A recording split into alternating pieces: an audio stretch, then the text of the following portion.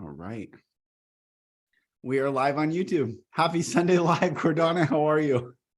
Happy Sunday Live, Lucas. I'm great. And happy Sunday Live, everyone listening and watching this. We're so happy today because we are going to look at our shadows today. And I hope that you're ready to look at your shadows because we can learn so much from looking at them. Yes. Right, Lucas? Yes, absolutely. It feels like everyone's having their shadows tug, pull, knock, wave at them right now. People, clients of mine in coaching calls, I am dealing with the shadow. The shadow is there for everyone. Yeah, it is. You can't lose it. As you imagine yourself walking around and you're looking at your shadow and trying to run away from it, you'll be exhausted and the shadow will still be there. Right. And it'll be even bigger because it's maybe afternoon and the shadow is even bigger at that time. So being friends with your shadow, cooperating with it, is how we deal with it. We can never lose it. It's a part of ego, and you can't lose your ego. Your ego contains your desires here. So we need to be friends with it. And it's an ongoing process. It's almost like you need to use diplomacy and you need to know how to negotiate with the ego and the shadow. Because if you can't negotiate with your shadow, if you just push it away, the shadow stays in the darkness and it grows because you're not paying attention to it. So we need to pay attention to the shadows. So how do we pay attention to the shadows?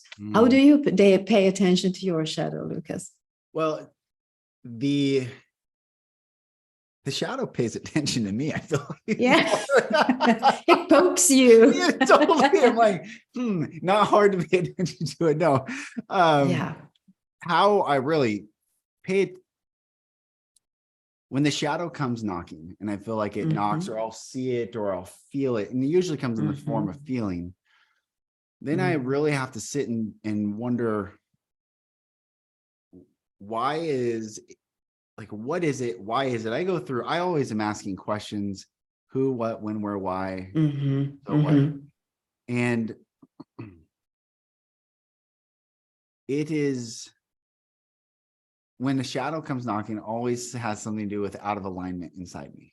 And it always is showing me to get me back into alignment. So that's like ultimately what it's like, why is this coming up? Okay, well, have I drifted from the center? Yes, absolutely. For me, it's always if I find myself with no choices, or if I find myself looking at the world from a fear-based perspective, like feeling there's a threat, I need to protect myself, or if I feel that someone is attacking me in a conversation, for instance, I know that there is something that my shadow self has hoodwinked me.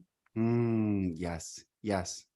So I have to remember that I cannot be hoodwinked, because who I truly am is a powerful being. So if I'm seeing just one alternative, like this person is attacking me, or these people don't love me, or whatever it is, I have to understand that something is obscuring my sight. I am hoodwinked. So the strong part of me reacts to this. So I know that there is a signal. My shadow self is poking me and telling me there is something obstructing your view. It could be my ego doing it. It could be a wound from the past. It could be something that I've been conditioned to believe in this reality, but it's still not the real truth about the now moment where I am. So I agree with you. It is not me paying attention to my shadow. It is actually my shadow poking me and telling me, look, there's something here that you need to address. And if you do not look at it, then, as I said before, it grows, it becomes bigger. It's like trying to keep a balloon underwater. You cannot do it for a long time. That's right. It comes out somewhere. Yeah, it comes out somewhere. So looking at this without being afraid is the key here. my question would be, why are we afraid to look at the shadow? Hmm. And it's a tricky question because it depends on what the shadow is. For some of us, right. yeah, for some of us, it might be aggression. For others, it might be fear. For yet others, it might be a feeling of victimhood, powerlessness, or all of them together. So it is fearful to look at it. Or we might find something that will shame us or blame us or guilt trip us. So we don't want to look at it. But there is so much growth when we look at it because it's there for a reason. This shadow is there for a reason. It's there to show you where there is unrealized potential of who you want to become. Because whatever it is that we were shamed, blamed, or conditioned out of as children, we have repressed this and it lives in our shadow. Yeah. So if I would look at myself, it would be like I wasn't allowed to express myself verbally the way I wanted to express myself, because if I said something that didn't please my father, he would either shame me or blame me, or I'm the reason for his suffering in this world. I would be sitting there with a lot of blame, shame, and guilt.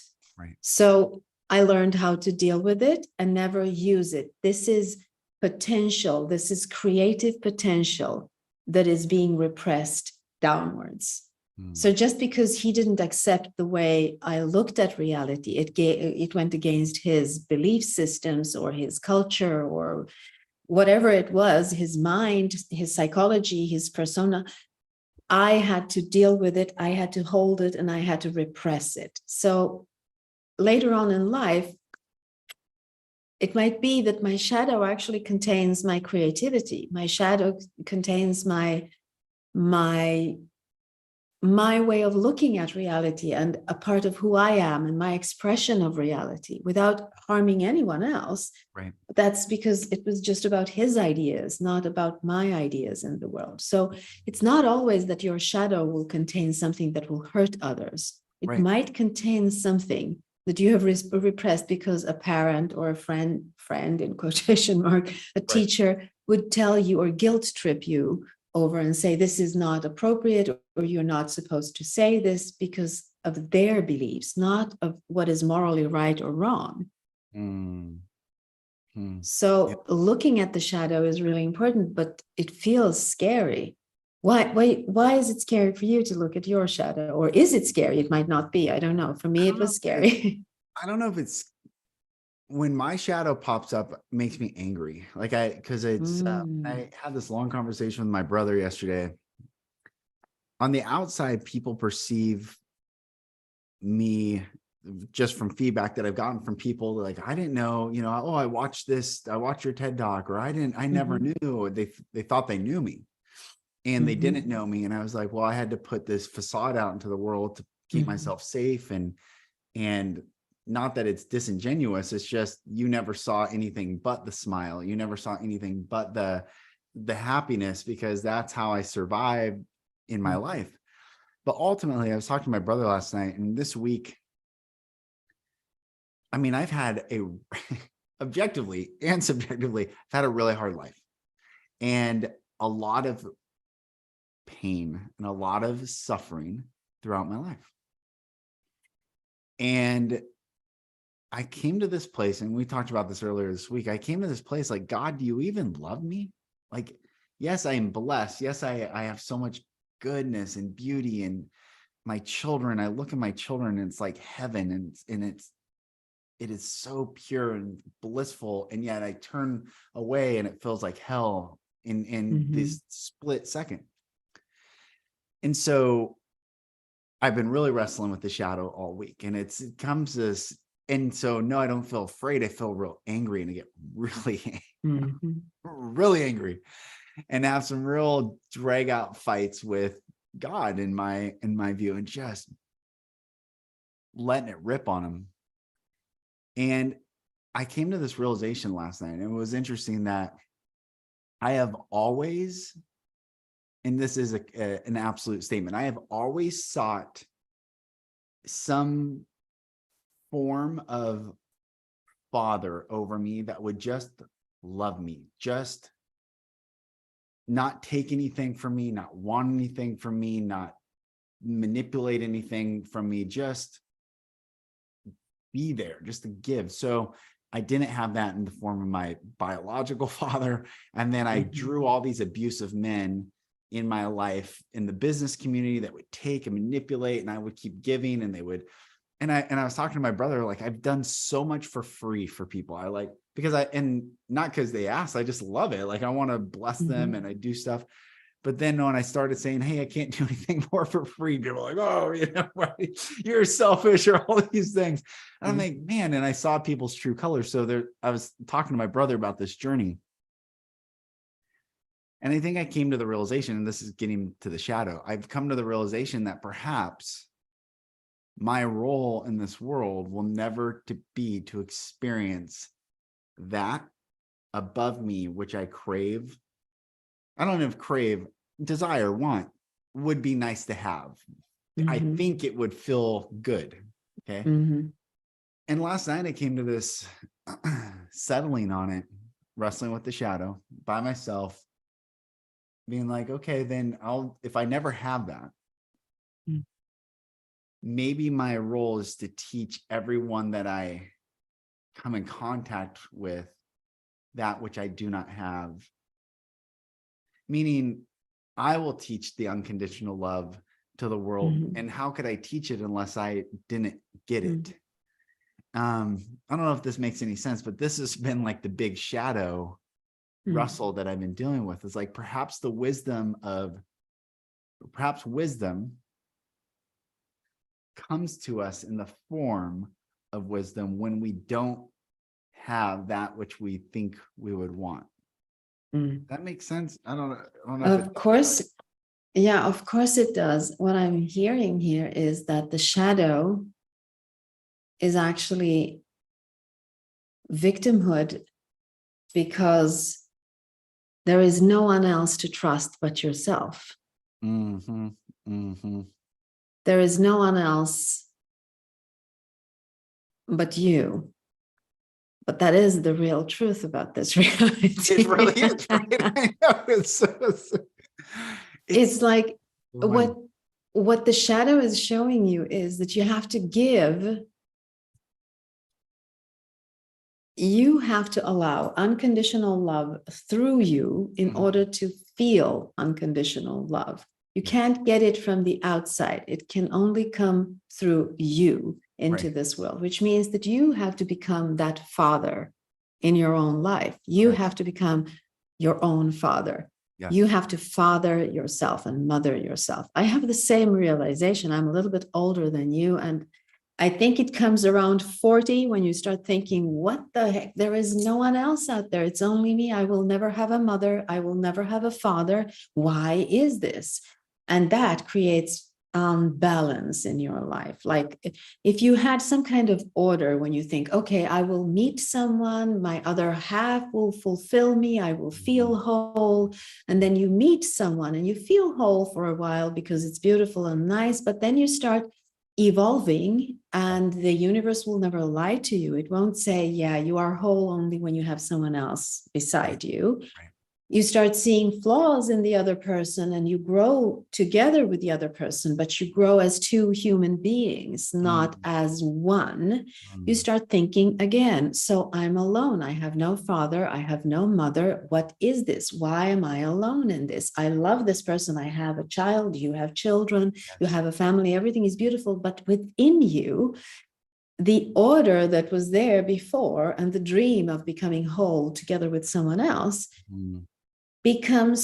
starts moving, starts changing. And you have order, and this order there is a trigger which will, like a shadow triggering it. The shadow is there because your belief system isn't based on the truth. It's based on a dream about the world, a dream about the truth. So there's a trigger, and the shadow is a trigger. Yeah. So until you look at the trigger, you say, okay, so why do I feel like I have no one? I'm alone. Mm.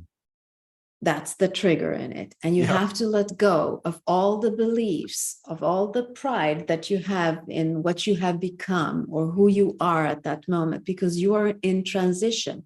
You're always in a transition. Right. So letting go of all the beliefs that no longer serve you, like looking for a power outside of you, a father, a mother, or someone outside of you that will be there for you unconditionally, because you have to be there for you unconditionally. Right. That's the only safe place to be, in a sense. So letting go of all the old beliefs, you enter chaos.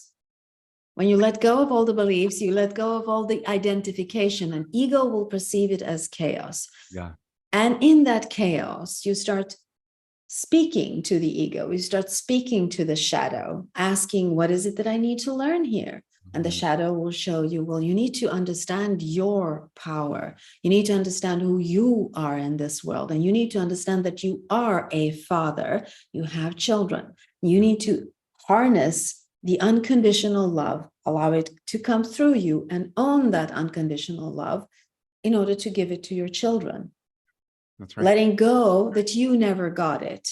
Letting go that you had no father. I didn't either, so I had to let go of that. Yeah. Channeling it through you so that you can give it to your children. To break that curse or past trauma or whatever it is, to break it. And when you start doing that, there is a transition going on. There is a transformation going on where you adopt a new identity, where you understand who you are.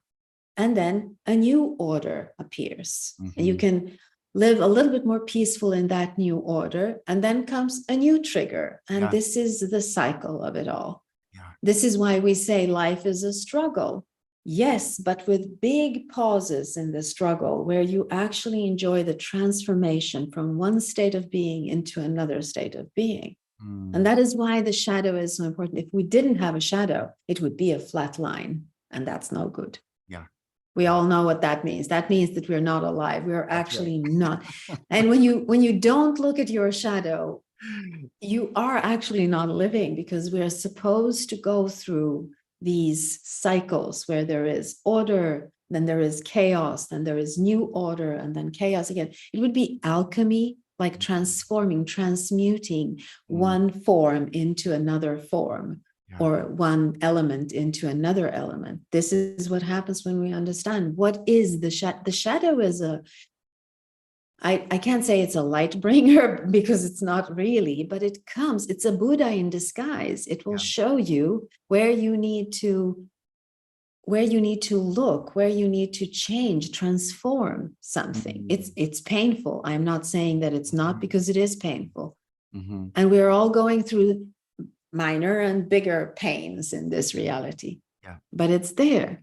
It's interesting. Even as you're talking, I'm thinking about what I've been wrestling with, and it's almost like this concept of crucifixion, of the struggle to just to like finally in stillness be with it and look at it. And it's like, I don't want to just be in that stillness and sit and feel it and be open, or that's what I'm growing through, because ultimately what it comes down to is just utter acceptance of it, to grow through it. And there's discomfort in that. But on the other side of it, it's the freedom, it's the pause between the struggle, like you're saying. Yes, and I think it's a question of understanding that this is not I need to find the right words here, because if you're looking at the shadow, if the shadow is poking you and you're feeling some kind of pain, then you have to look at your reaction to it. And the way I see it, at least there are at least two ways of looking at this. For myself, it would be when I feel the shadow poking me, I will go into some kind of self-destructive perception of reality, where I pull back, I sit in this darkness, and I don't engage in a way that I would engage usually, or I become over-pleasing. I try to fix stuff out there. So I'm either chasing some kind of, I will fix this, or I retreat and I don't even surrender. I give up in a sense on myself, and I sit in this self-pity. Then there is the other way of doing it, and that would be to project everything outwardly, to say, well, this isn't my fault. It's all your fault. You're the reason why I'm feeling this. You made me angry. You are this and you are that, on everyone else but themselves. I usually don't go into that place. I go into the self-destructive place. But I know people who go into that space where they're projecting everything. Both ways are a signal that you're actually sitting in your shadow. You're not sitting in your power. The power is to sit in the shadow and know that you are not the shadow, that this is a reaction to something on the outside. It is not who you are. So I think just to understand the mechanics of this, to understand that, okay, I feel sorry, or I feel like someone else made me angry, knowing that this is a signal that your shadow is turning off the light in your mind. Yeah. It's fascinating. Yeah, isn't it? Because I'm thinking through like sadness, and I have anger. I was even thinking like, man, maybe I should just post some content when I'm angry, just to show people, not that I would project anger, but like talk about this, that it's not all just this blissful kumbaya experience, that it's a real work. I really do wrestle with these things and these concepts, and like I was going to say I fight God. In a way, I do fight God, because I'm wrestling with myself internally of like, what is this existence? And yet when I don't surrender to it and I don't mean give up and hide, but I mean just let it flow through me, I feel frustrated. But when I finally just really die, that's what I mean, that crucifixion metaphor, something's there of just finally just letting it be, then there's a breakthrough, or there's a flow, or then I feel the light come back in. Similar, like what you talked about in our course, where when you stand over the shadow or an alignment, right? It's like, that's almost like that surrendered place of coming back into presence. Yes, absolutely. And you're talking about crucifixion. There's a chapter in my book where I talk about us humans as being crucified in time and space, like space and time. And that's where your awareness is crucified. It's stuck in time and space. There is a point of awareness, which is eternal, and it is stillness. But then you have time and space, and where those two cross, this is where your physical reality is. You can't escape it. This is why you can't escape your shadow. But knowing who you are will put you in, 12 o'clock, noon, where the sun is there and your shadow is just a little spot underneath your feet. This is when you own your shadow, but you have to look at it. Otherwise, it will be late afternoon or very early in the morning all the time. Either your shadow in front of you will be too big, or your shadow behind you will be too big, because you're not looking at it. And it is illusory. It changes its forms. You can never be done with it. You'll have to look at it. Sometimes it grows, sometimes it's small. It's all depending on your mental state of being, on your mood. And the shadow will use that in order to show you things. So being aware of who you are in all these moments help you to bring yourself under the sun, under the light, so that the shadow will be just a little spot underneath your feet. This is why it's so important to understand that you are the stillness. And yes, you are crucified in time and space. And yes, life is a struggle. But it doesn't have to be a struggle in darkness all the time, because you are the light. Yes, that's right. So it's a question of not giving up. It's a question of understanding what the struggle is for, and also using it in order to find what feels good. It's like navigating and finding places where you feel good. Like, as you say, when you look at your children, you see heaven and then you turn away and it's hell. Well, look at your children at that moment. Or ask yourself, why am I perceiving this as hell? Is there something I can change so that I might feel good even when I turn my head this way? Because ultimately, you're the one creating your reality with what you pay attention to in your reality. Yeah. Yeah. So there's always this, there is no one perfect way to own your shadow. It is highly personal, highly subjective, highly connected to the now moment. You cannot, I can tell you how you could deal with it in the future, and it might help you a bit, but when you're in it, you have to be able to discern what is me, what is my shadow, and what is my shadow trying to show me here? How can I listen to the shadow without becoming the shadow?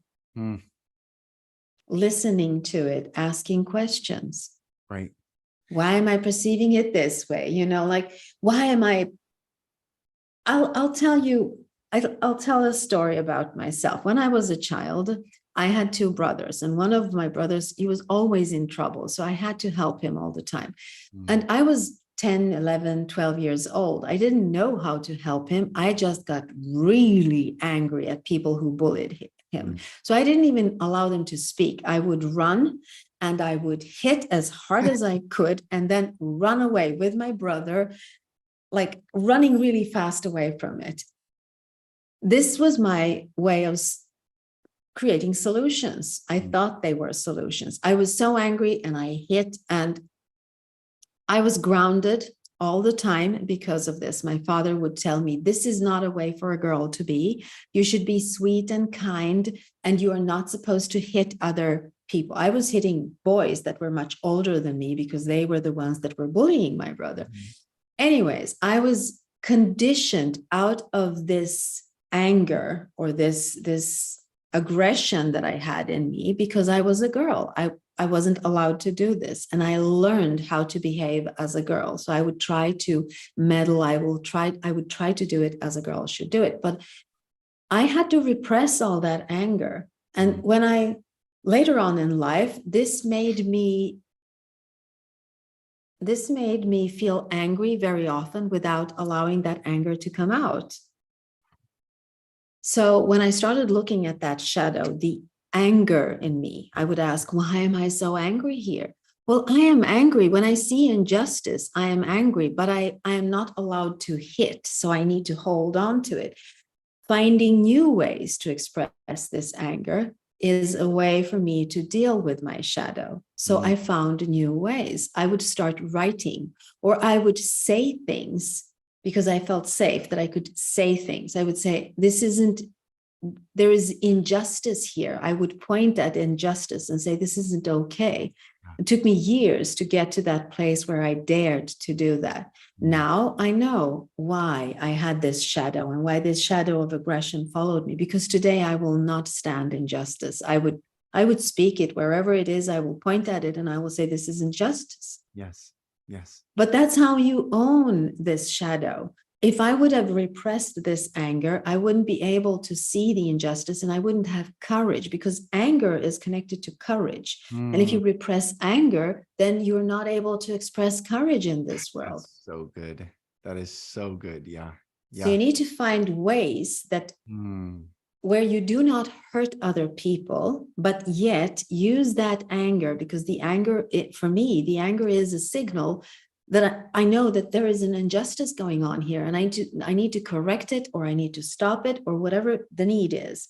So looking at it without being afraid of it, without being afraid that I will hit someone, because of course I won't. Right. But there is a wisdom in looking at it, transforming it, and then using it. That's what a shadow is for, to use it in a way which will not hurt other people, but would expand consciousness. It's so good. And you said wisdom, and as you're talking, I'm seeing the word wisdom, and it sounds like fusion, like there is some electricity. Yes. Yeah. And there's a fusion in this wisdom. So it's taking the shadow, the experience of our acceptance and bringing forth wisdom that we can bring to the world, which is whatever lesson that we've learned, which is how we help each other. This is why I've talked about this before, that the saying an eye for an eye does not mean the victim gets back upon the victor. It means that the person with the ability to inflict pain upon another, to take their eye, is to take our own eye. It's to, if they don't see as well, I can't see as well. And so there's this interesting flip when we look at our shadow, go through it, accept and learn the lesson, the wisdom, the fusion of light, electricity, and this new form comes forth. Yes, absolutely. It's like, for me, it's like understanding my shadow's intention. Understanding the intention. The intention when I was a child was not to hurt other people. The intention was not to make that boy's nose bleed. The intention was to stop him abusing my brother, to stop him being abusive. So there is love in this. It's not aggression. It is love in that, to say, I want to stop the abuse. When I can look at my shadow and say, well, no, that was just aggression. I was crazy. I was hitting other children and I wasn't kind or nice, or there was something evil in me. That would be to repress that shadow deep, deep, deep down and put a lid of shame over it. But if I lift that lid of shame and say, the intention with that shadow, what was my intention when I did this? Well, I wanted to stop them from, hitting my little brother and abusing him. So there is a morally right thing that this shadow wanted me to do. I was just a child, so I didn't know how to channel it. I didn't know how to do it. That shouldn't be stopping me in my grown-up world to look at it, transform it into some kind of wisdom and say, there is an intention here. And the intention is to actually stop where there is injustice, to stop that. That's the intention. So how can I use this GPS that I have, this anger, signal in me? How can I use it instead of repressing it? That's how we start owning the shadow, or integrating it into us, because it's there. If we do not integrate it, we're in constant conflict, in constant war, trying to separate it from us, which is really exhausting to keep doing. Because we cannot lose it. It's a shadow. It's there. If you run, it runs with you. Wherever you are, your shadow is at the same spot. It won't leave you. It's there. So, and it has to be a reason for this. The universe doesn't make mistakes. So there is a reason why is this shadow stuck to us? Like in the real world, when you stand outside, you cannot run away from your shadow. It's stuck there. And there must be a reason for this. It's a fractal. It's a fractal that can be seen on different planes. Like on the physical plane, we have this shadow and you can see it and it's there. On the emotional plane, we have ego and it contains this shadow. On the spiritual plane, there's always going to be a struggle between, the spirit and body, and between those two. So there will always be some kind of struggle, but you cannot have one without the other. So why is it there? This is the biggest question. Well, it's speaking to you. Everything in this world is like an oracle. Everything speaks to you, including your shadow. But if your parents, and this is, I think most of us have these wounds from our past. If your parents made you feel ashamed for your shadow things, then you will have a relationship with your shadow that is unhealthy. So we need a healthy relationship to our shadows. Like when my son was, I think he was around 3 or something like that, he didn't get what he wanted in a store, and he yelled his lungs out because I didn't buy it to him. And he was so angry. My son is a really, really kind, loving human being. And he has always been that. But that day, there was something that didn't work for him. So he was really angry and he was screaming the whole way until we got home. So I picked him out of the stroller, put him on the ground.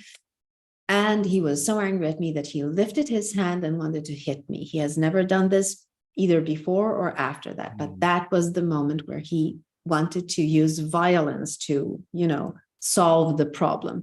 Yeah. I took his hand and I said, in this family, we don't hit each other. We have to speak.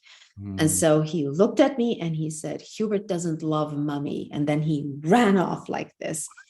And I was devastated. I'm thinking, oh my God, my child doesn't love me. Did I do something wrong? And what I think many parents would do, they would leave the child alone and feel hurt by it because the child wanted to hit them and the child said, I don't love you. So their ego is activated by this. I didn't do that. I followed him into the room and he was sitting on his bed and I sat beside him and I said, I didn't say anything. I just sat there and I put my arm around him like this. And he said, after a while, when he calmed down, he said, I do love you.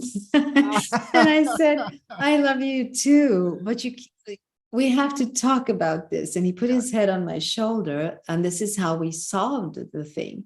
I didn't shame him for wanting to hit me. I didn't blame him or guilt trip him because he said he didn't love me. I didn't shame him for crying either. I told him, okay, we go back to the store and you find something else that is good for you and we'll buy that instead. So I think that a lot of parents put shame, guilt, and blame on their children when they behave through their shadow. This was my son's shadow. Yes. And I could see it, but instead of, behaving like you have to repress this, don't ever do this again, or else, I allowed it to be there and I didn't shame him for it. And I think that is where most of our problems are. We have been shamed when we feel anger. We have been shamed when we want something that our parents doesn't approve of. So that's where these things come from. We don't want to look at it because it is painful. When a parent tells you you've been no good, that means that they don't love you. This is how a child would interpret it. It means that they don't love you. And that's an existential thing that can really create fear within you, because if they don't love you, then no one else can love you. And your life depends on them loving you and giving you things you need, because you can't do that yourself as a child. We're talking about 2, 3, 4, 5-year-olds. Yeah. That's where it comes from. But becoming your own, mothering yourself and fathering yourself means that you allow that child within you to look at the shadow and allow the shadow to show itself, to show the needs that are there, that you have been repressing, the potential that is there that you have been repressing, or whatever it is. Yeah. It's interesting that part of the anger probably is fighting with the imprint of the parents' reaction to the ego, not wanting and just full expression. Full expression. Just, it's like, say it. This is what our call was earlier this week. I was like, I don't want to say it. And you're like, just say it. Like, I don't want it to manifest when I say it. And it's interesting that I'm very careful with what I say typically, but in that moment I needed to say it. And then we looked at it and I was like, oh, that's really brought forth a lot of light. Yes, for the both of us in that sense. When we dare to extract the shadow, consciously being there, present, looking at it without judging, just looking at what is the problem here, looking at it, it allows you to shine light. And you know what shadows do in light? They become very small. They disappear in a way when you start looking at it. This is what I mean when I say that you have to look at it, to dare, to have the courage to look at it.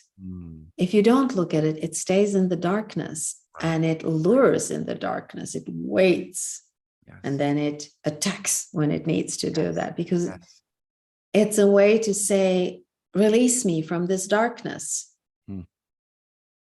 I'm thinking about the aggression that you're talking about, the anger that you feel, and where it comes from. And you're talking about that you're angry at God, and it's a question of looking at you. When I hear you say it, I'm like, no, that's really funny, but it's true.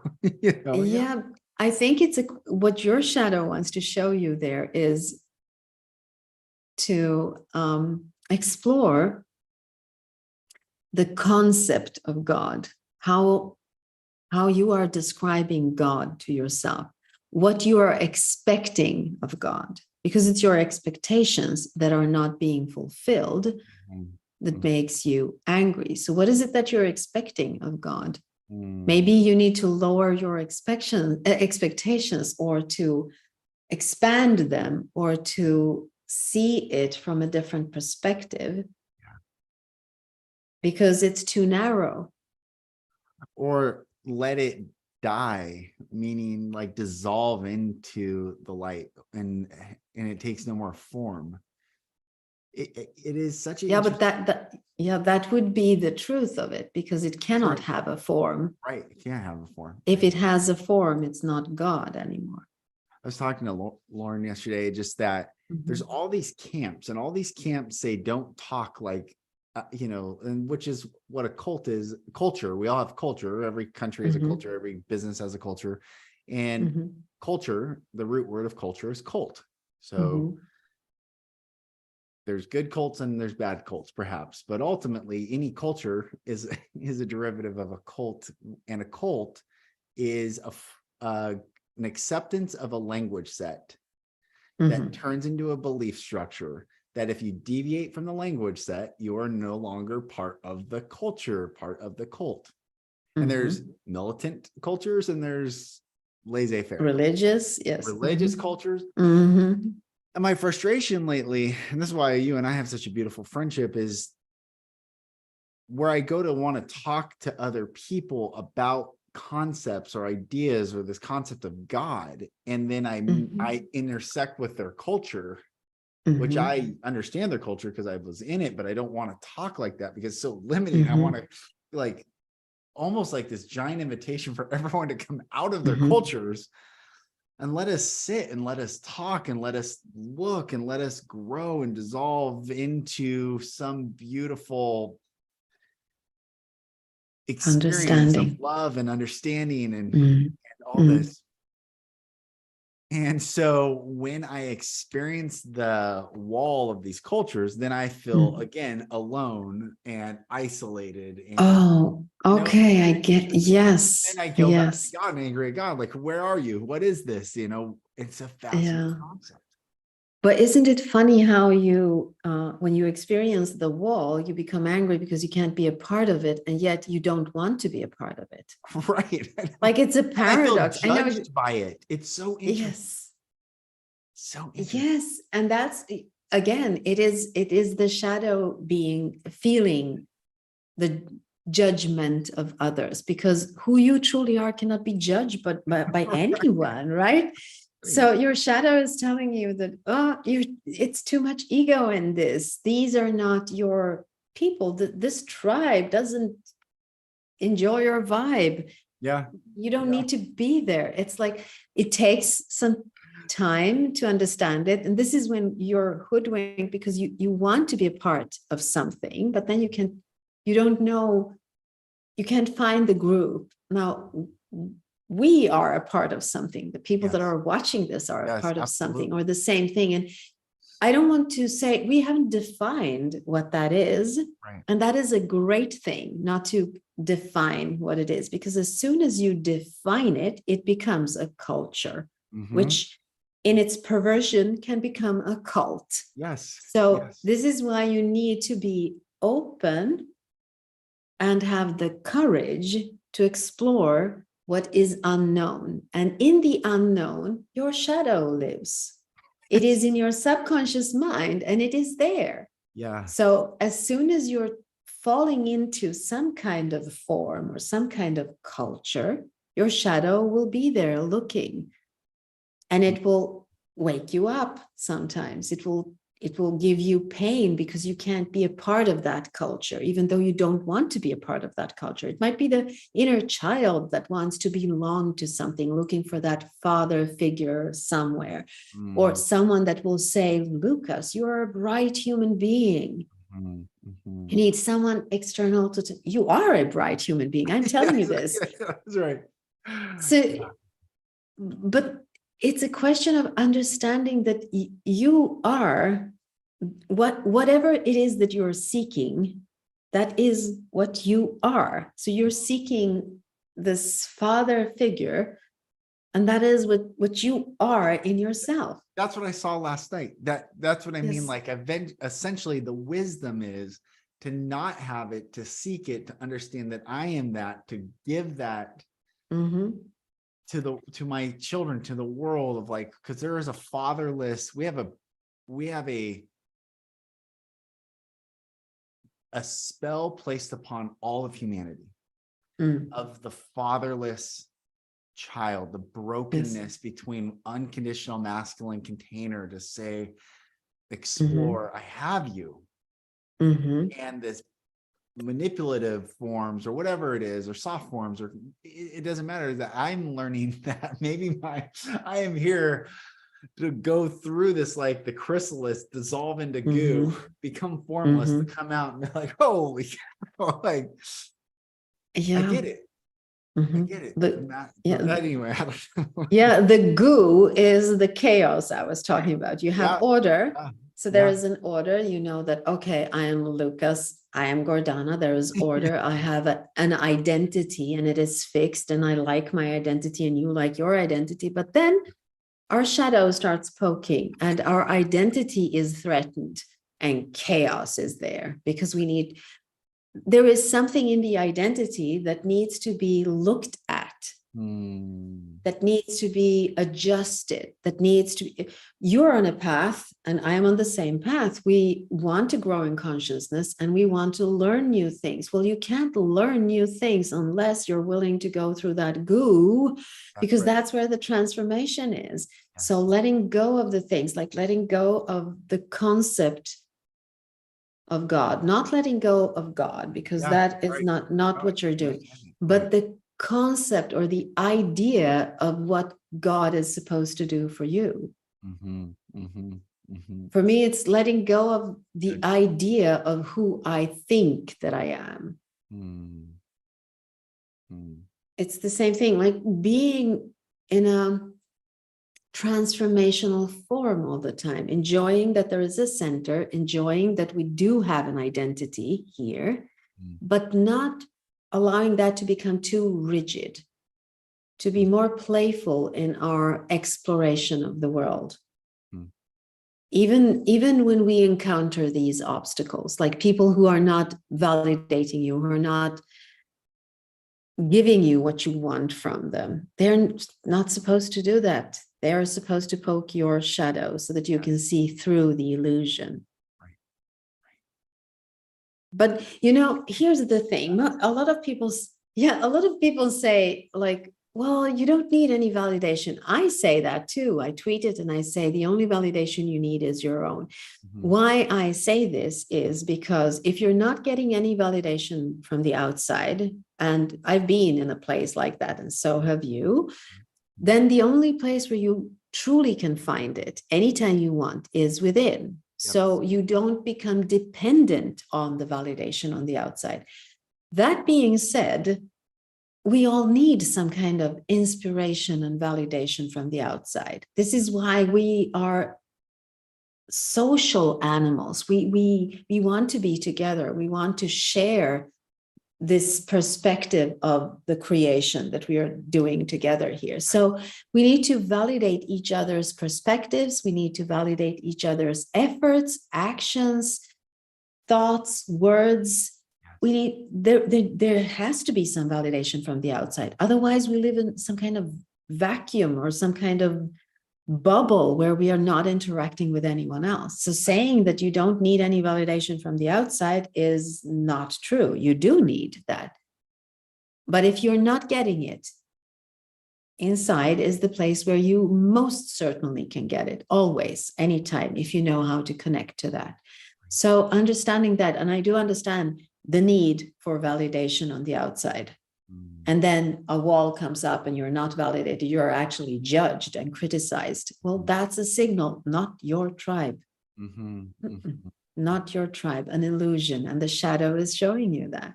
So interesting. Isn't it? I love talking about shadows and ego because it's so much, there is so much potential when you start talking about this. There is so much potential and so much growth when you can see it, because what happens when you see it, you are no longer at war with it. It becomes easier, I won't say to love it, but to explore it and to almost find some joy and happiness in your ability to understand yourself, even in the unknown, even in the shadow aspect of yourself, without guilt tripping yourself or shaming yourself or whatever it is that you're looking at. Right. Because we're all, every single one of us has a shadow. Right. So it all looks very good on the surface. Oh, it's so shiny everywhere, but we all do. The shinier it is, the bigger the shadow. This is my experience. That is true. Yes. Yes. Yeah, It's so interesting. And everyone watching is, their shadows might be getting triggered by even this conversation. Like it's a constant engagement of humanity to have shadow work, integrate, heal, light. This is the human soul body experience. This is a dance. Dance, you know? Yes, it is a dance between light and darkness within ourselves. It's always a dance between light and darkness, and being awake enough to see that, okay, I am dancing with my shadow right now. The shadow is my partner, but it's still me dancing with my shadow. So the shadow can never be bigger than you. If it tricks you into thinking that it is bigger than you, then that is a major signal that you need to wake up and know that you own your shadow. That's right.